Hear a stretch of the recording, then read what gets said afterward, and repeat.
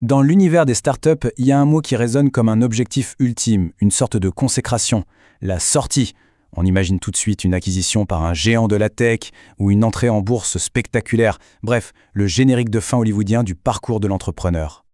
Mais est-ce que c'est vraiment la fin du film, ou est-ce que c'est plutôt la fin d'un chapitre et le début d'un tout autre livre? C'est vraiment la question qu'on va creuser aujourd'hui en s'appuyant sur des données et de la recherche très concrète.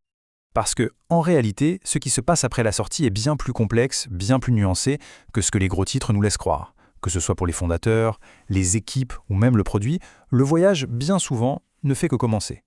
Avant de plonger dans ce qui se passe après, il est essentiel de comprendre comment on y arrive. Parce que toutes les sorties ne se ressemblent pas et il faut avoir une idée des probabilités globales. Et ce premier chiffre, il remet tout de suite les choses en perspective. Pour une start-up financée en capital risque, une sortie réussie, c'est loin d'être joué d'avance. En fait, la probabilité de devoir fermer est même un tout petit peu plus élevée. Seulement 41% arrivent à cette fameuse sortie. Le succès, c'est donc tout sauf une certitude. Et la géographie, elle, joue un rôle non négligeable. Par exemple, dans la Silicon Valley, la quasi-totalité des sorties, c'est des fusions-acquisitions. En Suède, par contre, on voit un taux bien plus élevé d'introduction en bourse et d'autres types de rachats.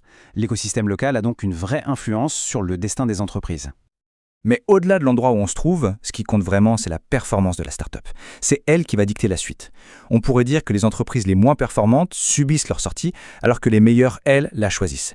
Et ça nous amène justement à la voie qui est réservée à l'élite. Voilà le chemin que beaucoup considèrent comme le Saint Graal. L'introduction en bourse, l'IPO.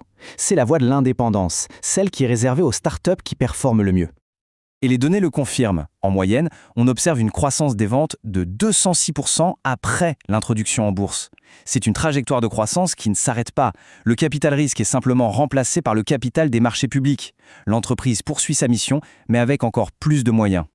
C'est donc, en quelque sorte, la voie royale pour continuer à croître tout en restant autonome. Le souci, c'est que c'est une voie extrêmement rare.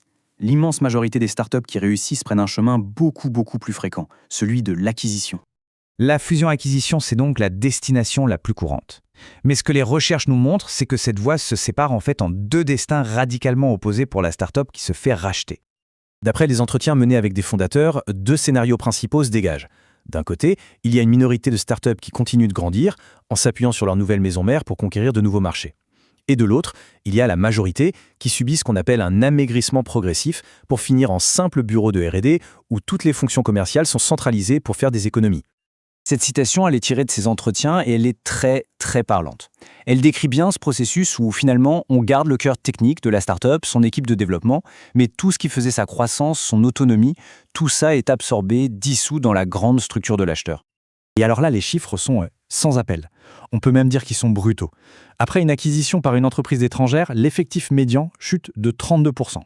Et si l'acquisition est nationale, c'est encore plus radical, une baisse de 67%. On voit bien que le passage d'une culture de croissance à une culture de rentabilité a un coût humain qui est direct et quantifiable. Maintenant, essayons de prendre un peu de hauteur.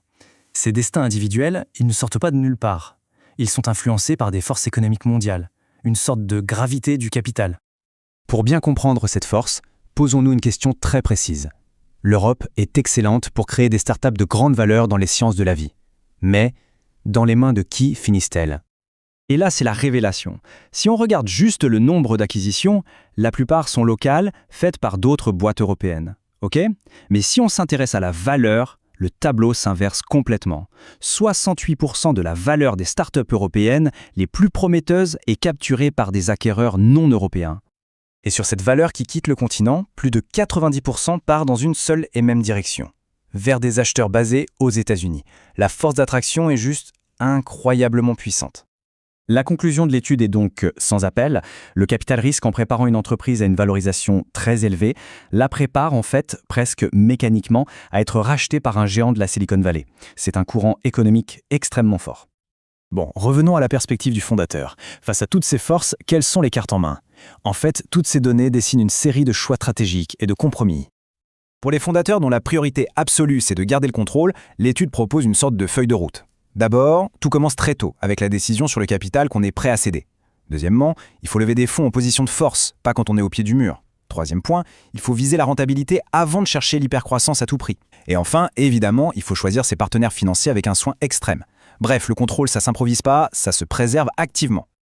À l'inverse, pour ceux dont le but est de maximiser le prix de vente, les stratégies sont différentes. Là, il faut se focaliser sur la technologie, sur le timing. Et puis surtout, comme les données le suggèrent, il faut créer des liens avec des acheteurs potentiels très en amont, notamment aux États-Unis. Avoir un investisseur américain au capital peut même doubler les chances d'une acquisition américaine.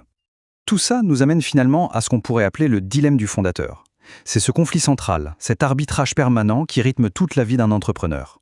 Chaque levée de fonds, chaque choix stratégique, c'est un pas de plus vers l'un de ces deux objectifs, souvent contradictoires, l'hypercroissance ou le contrôle. Au final, la question n'est pas tant de savoir ce qui se passe après une sortie. La vraie question, c'est de savoir quelle est la finalité du jeu, dès le départ. Est-ce qu'on construit pour vendre au plus offrant ou est-ce qu'on construit pour durer ? C'est la réponse à cette question qui, en fait, détermine tout le reste du voyage.